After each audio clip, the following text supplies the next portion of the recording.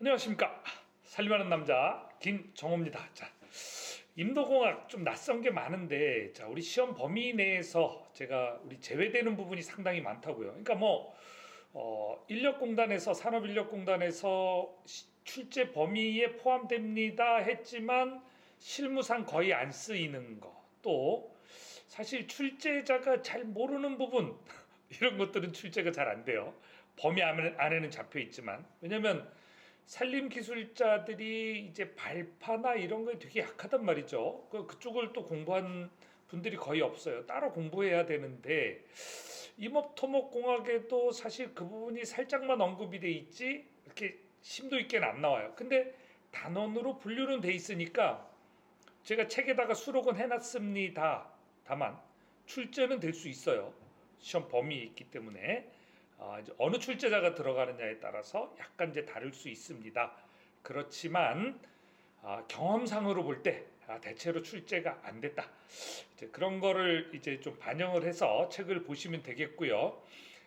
제가 만약에 이제 조금 더 요약본으로 해서 책을 낸다면 이제 과감히 삭제하고 내겠죠. 지금 이제 상세하게 공부를 하고 싶어 하시는 분들을 위해서는 제가 이렇게 디테일한 책을 제공을 해드리고, 이제 필요 없는 부분들을 다 제외하고 압축본, 이제 요약본 이런 것들을 이제 계속 이제 수업을 하다 보면, 이제 유튜브 수업도 하고 이제 뭐 이렇게 학원에서도 이렇게 수업을 하다 보면, 또는 학교에서 수업을 하다 보면 일부분이 제외가 될 거예요. 자, 이렇게 해서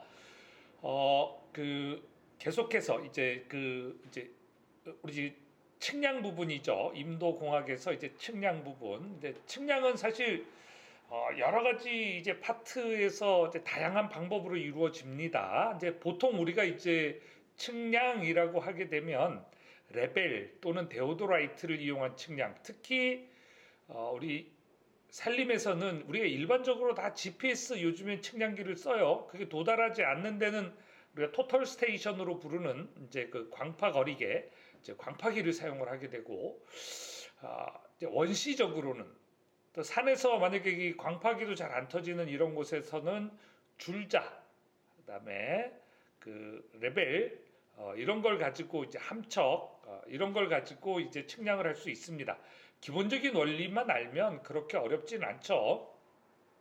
그래서 종단 측량, 횡단 측량 이렇게 하지만, 자, 측량이 언급된 이상, 자, 항공사진 측량, 요즘 이제 드론이 많이 보급됐기 때문에 드론을 이용해서 할 수 있죠.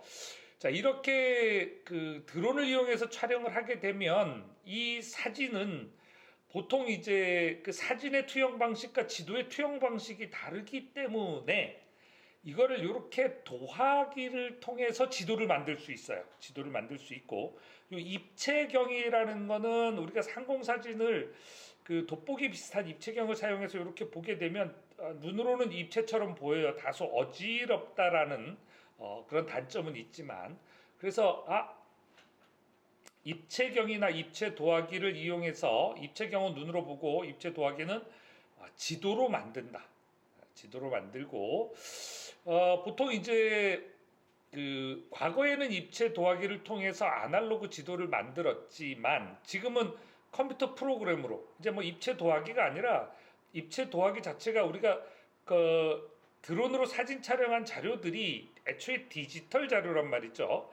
그것들을 해석해서 낼 수 있는 프로그램이 대략 한 500에서 한 7, 800 정도 해요. 그 프로그램을 쓰게 되면 디지털 지도를 만들어 줍니다. 그러니까 지금 이렇게 해서 찍은 거를 바로 수치 사진 측량 장비로 분석해서 디지털 자료를 구축해 주기 때문에 이런 입체 도화기 같은 게 필요가 없죠. 지금은 이제 컴퓨터가 조금 성능이 좋은 게 있으면 되는 거죠. 그래서 뭐 수치 사진 측량은, 수치는 그냥 디지털 예. 이게 이 디지털을 우리말로 번역을 할 때 수치라고 번역을 한다. 결국 그러니까 아날로그가 아닌 디지털 자료를 수치라고 쓴다고 하면 별로 어려울 게 없죠. 자, 그래서 항공사진을 위한 산림조사의 장점. 자, 이거 색깔이 약간 다르죠? 중요하다는 거. 넓은 지역을 신속하게 자, 측량 경비는 절감해서 이렇게 쓸 수 있는데 그거는 여러 번 할 때 얘기고 예, 한 번 할 때는 오히려 단가가 비싸지죠. 어쨌든 자, 이게 정밀도가 거의 같고 똑같진 않아요. 거의 같고 개인차가 거의 작다. 그다음에 촬영 후 언제든지 분업해서 이 사업 작업한 내용을 점검할 수 있다. 분업할 수 있다는 얘기는 여럿이 작업해야 된다는 얘기죠. 좀 이 부분은 예. 자, 어쨌든 지금은 혼자 할 수 있는 일이 많이 없습니다. 같이 나눠서 해야 되고 잘하는 부분, 못하는 부분을 나눠서 또는 빨리 할 수 있는 부분, 늦게 할 수 있는 부분 이런 것들을 좀 해서 하면 좋고요. 단점은 시험에 잘 안 나와요. 장점 시험에 잘 나오고 이따금가다 나와요. 항공사진의 판독 주요 인자, 자, 크기, 모양, 색조, 그다음에 뭐 짜임새, 촉감 이런 거 가지고 이제 구분을 하게 되고 여기서 만약에 뭐 본다면 요런 느낌 정도, 요런 거 침엽수 요 정도, 그다음에 여기 요런 정도까지만 보시면 될 것 같아요. 뭐 더 깊게 보실 거 없이.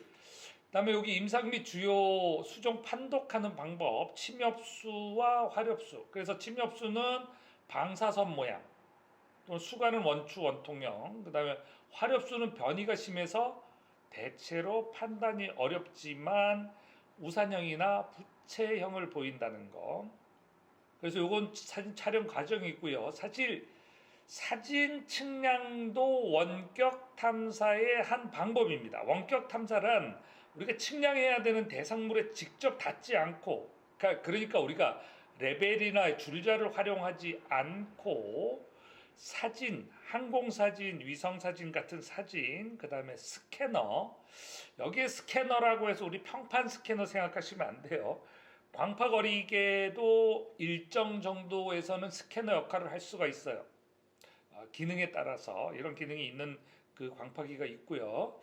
그다음에 레이저, 와이파이 신호 이런 전파 등을 이용해서도 할 수 있습니다. 그리고 우리 시험에 자주 나오는 것은 요겁니다. 위성 영상 분석을 보정하는데, 자, 이렇게 영상 수집해서 전처리하고 영상 분석 후정리 이렇게 하게 되는데, 이 보정 방법 중에서 영상 방사, 기하, 정사, 지형 보정을 해서 사용해야 돼요. 그래서 여기 다 보면 좋겠지만 시간상 보면 여기 정사 보정이 중심 투영인 사진, 자, 여기 한 점에서 이렇게 보게 되는 이 사진, 이 평면을 얘를 정사 투영 방식으로 바꾼, 이게 이제 정사 보정이고요. 그 다음에 이제 시험에 많이 나오는 거는 요 방사 보정이죠. 라디에이션. 이게 이제 뭐냐면 대기의 굴절, 이제 그 태양빛을 이렇게 받게 되면 거기에 따른 그 뭐 복사량의 차이, 대기에 의한 굴절 이런 것들을 이제 보정하는 걸 방사 보정이라고 해요. 이제 기하 보정은 구부러진 걸 펴는 거죠. 그러니까 시험에서 일반적으로 많이 나온다 하면 방사나 정사 보정이 나오게 되고요. 그 외의 것들은 빈도가 약간 작게 나옵니다. 안 나오는 게 아니고 빈도가 작다. 그래서 거기에 따라 맞추면 되고요. 그래서 자료 수집을 이런 걸로 하고 전처리 과정은 요 5가지 요 5가지 과정을 거쳐서 보정을 합니다. 기방 정지형 뭐 이런 식으로. 자, 어쨌든 기술사 공부하실 분들은 요 5가지 외우셔야 돼요. 그 다음에 영상 분류 방법에 분광 특성에 의한 분류, 공간 특성에 의한 분류, 시간적 분류, 감독 분류, 무감독 분류 이런 것들이 있는데 되게 중요하죠. 그리고 이제 수치지도 제작 과정은 이제 이렇게 해서 아날로그 항공사진을 입체 도화기를 통해서 쓰든가 아니면 원격 탐사 자료를 수치사진 측량 장비를 이용해서 디지털 자료로 바로 만드는 이런 것들이 있습니다. 요 이후부터는 시험에 잘 안 나오지만 한번 읽어보시고요. 자, GPS 글로벌 포지셔닝 시스템이죠. 이게 일반 명칭이 아닙니다. 일반 명칭은 뭐냐면 GNSS, 글로벌 내비게이션 세틀라이트 시스템이에요. 인공위성을 이용한 안내 시스템 정도, 지구를 내비게이션 안내하는 세틀라이트 시스템 됐죠? 근데 여기 지구입니다. 그리고 이제 여기에 이제 인공위성이 많아요. 근데 우리 여기 한 점에서 보이는 인공위성 세틀라이트가 이제 몇 개 보이느냐에 따라서 위치가 나누게 되죠. 근데 보통 하나의 인공위성을 운영하게 되면 이거 여기 위치만 알 수 있고 다른 상대적인 위치를 알 수가 없어요. 하나를. 그럼 X, Y만 알려면 이 두 개 정도를 하면 위도 경도 정도는 알 수 있어요. 최소한 3개가 있어야 인공위성 신호 3개가 있어야 상대적인 위치, 기준 위치로부터 내 위치를 확인할 수가 있다는 거죠. 근데 우리가 이제 보통 받으면 9개에서 12개 정도의 신호를 받아야 내 위치에 대해서 상대적으로 보정을 해가면서 그 위치를 알 수 있습니다. 이건 최소한도의 것을 얘기하는 거죠. 그래서 GPS는 일반 명칭이 아니다. GPS는 미국의 GNSS 시스템이다. 글로벌 내비게이션 새틀라이트 시스템이다. 러시아는 글로나스를 사용하고요. 중국도 따로 사용하고 인도도 사용합니다. 우리나라는 없어요. 아직까지. 자, 우리가 인공위성을 이렇게 24개, 5개 이렇게 쏘려면 돈이 좀 필요하죠. 돈이 좀 필요해요. 세금 많이 걷어야 돼요. 자, 판독 및 보정은 이 위치 데이터를 수신할 수 있는 장비, 우리가 그 일반적으로 뭐라 그래요? GPS 측량기라고 부르는 게 그거예요. 그 장비가 있어야 돼요. 지금은 이제 DGPS, 국토지리정보원에서 뭐 요즘 이제 국토정보원 이렇게도 불러요. 이제 국토지리정보원에서 DGPS를 쓰고 있어요. 그래서 지금은 이제 오차를 센티미터 단위로 아마 조만간에 휴대폰에서 요 국토정보원에서 지금 4개인가 5개를 이 DGPS 신호를 쏠 수 있는 이 국토정보원 포함해서 이제 그 한 5개 정도인 걸로 알고 있어요. 이제 국내에 거기서 이제 5개에서 DGPS 신호를 쏴줘요. 그 우리 휴대폰에서 최소한 3개 정도를 만약에 수신할 수 있으면 어떻게 될까요? 예, 센티미터급 측량이 휴대폰으로도 가능해요. 예, 그렇죠. 지금 우리가 보통 일반적으로 살림에서 쓰는 그 GPS 있죠. 휴대폰에서 쓰는 거랑 거의 오차가 같습니다. 왜 거의 같습니다. 뭐 그게 다르지가 않아요. 굳이 안 사도 돼요. 근데 이제 그 휴대폰을 쓰게 되면 쓰게 되면 예전에는 배터리가 이제 거의 엄청나게 빨리 닳고 이래서 이제 특히 겨울에 이제 눈이 꽁꽁 얼은 산에 가게 되면 막 순식간에 닳아버려요. 뭐 보조 배터리 가져가도 금방. 그래서 이제 가민 GPS를 쓰기도 하는데 그 가민 GPS랑 우리 휴대폰 GPS랑 휴대폰에서 신호 받는 거랑 거의 오차가 같다는 거, 정밀도가 같다는 거.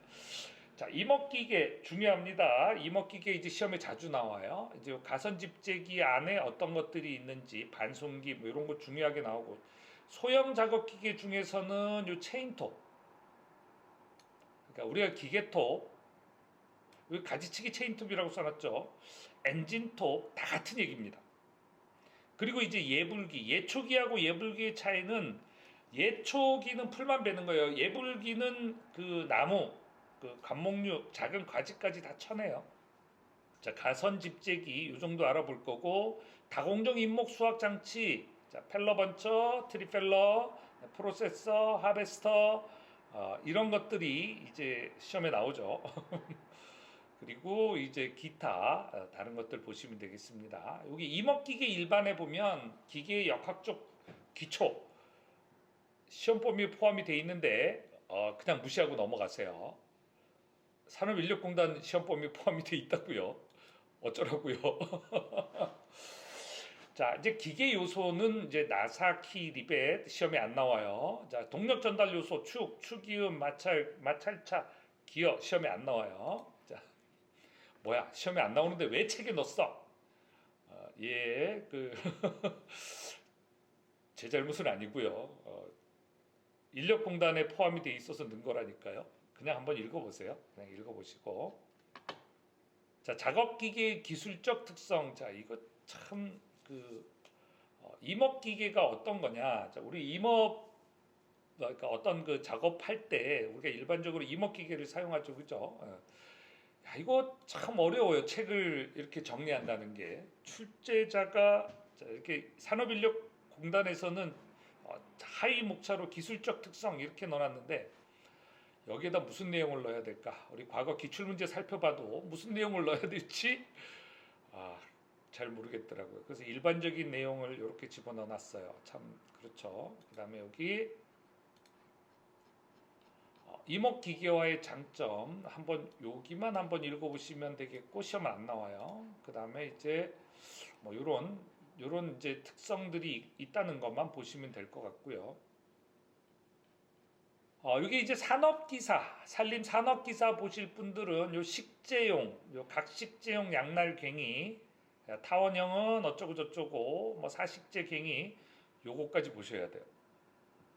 그리고 우리 산림 기사 하실 분들도 여기 육림 기계 및 도구는 한 번쯤 이렇게 읽어보시고 그림도 한번 보시고 이따금가다 출제돼요. 아주 이따금가다. 그 다음에 가지치기, 소형 손톱, 손톱 아니에요. 손으로 자르는 톱.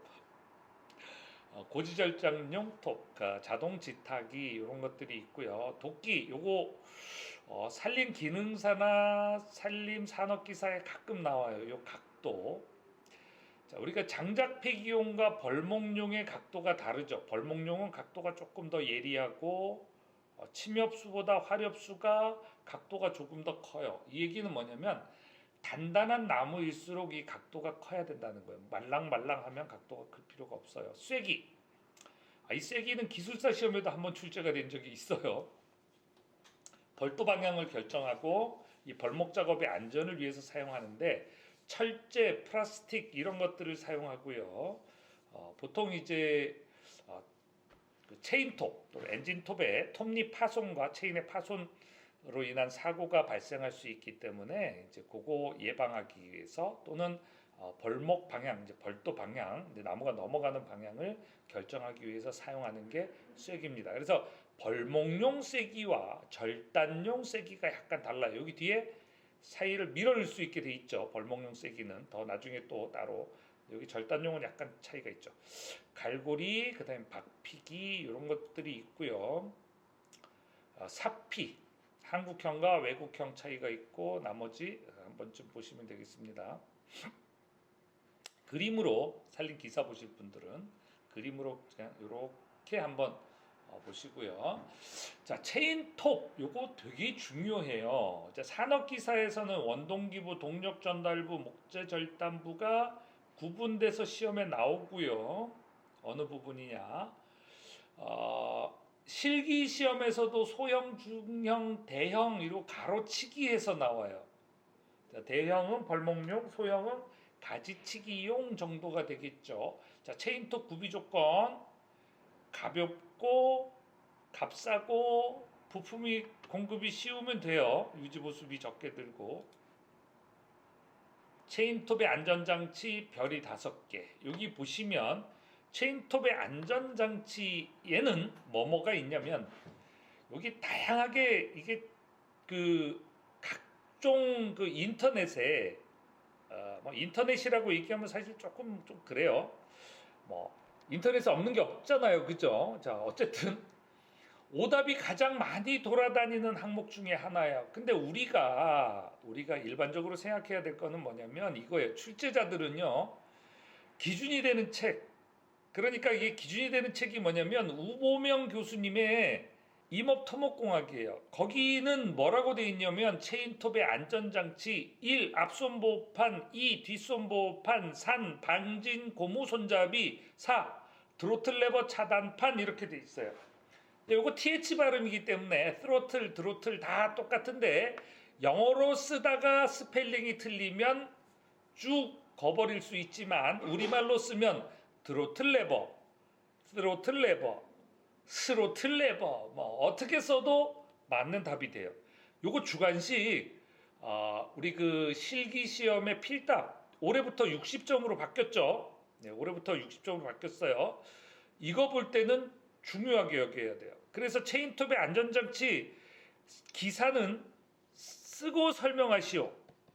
산업기사는 쓰기만 하면 돼요. 그러니까 산업기사는 1. 앞손보호판, 뒷손보호판, 방진고무 손잡이, 스로틀 레버 차단판 이렇게 쓰면 되는데, 기사는 앞손보호판, 작업 중 가지와 체인톱의 튕김에 의한 손과 신체의 위험 방지 장치, 뒷손보호판은 체인 톱날이 끊어졌을 때 또는 작업 중 부러진 가지 이런 것으로부터 이 뒷손, 오른손을 보호하기 위한 장치, 방진 고무 손잡이는 이 기계 엔진톱의 진동으로부터 작업자의 신체를 보호하기 위한 장치, 스로틀 레버 차단판은 여기 위에 이렇게 있고 여기 스로틀 레버, 우리가 얘기하는 악셀레다예요.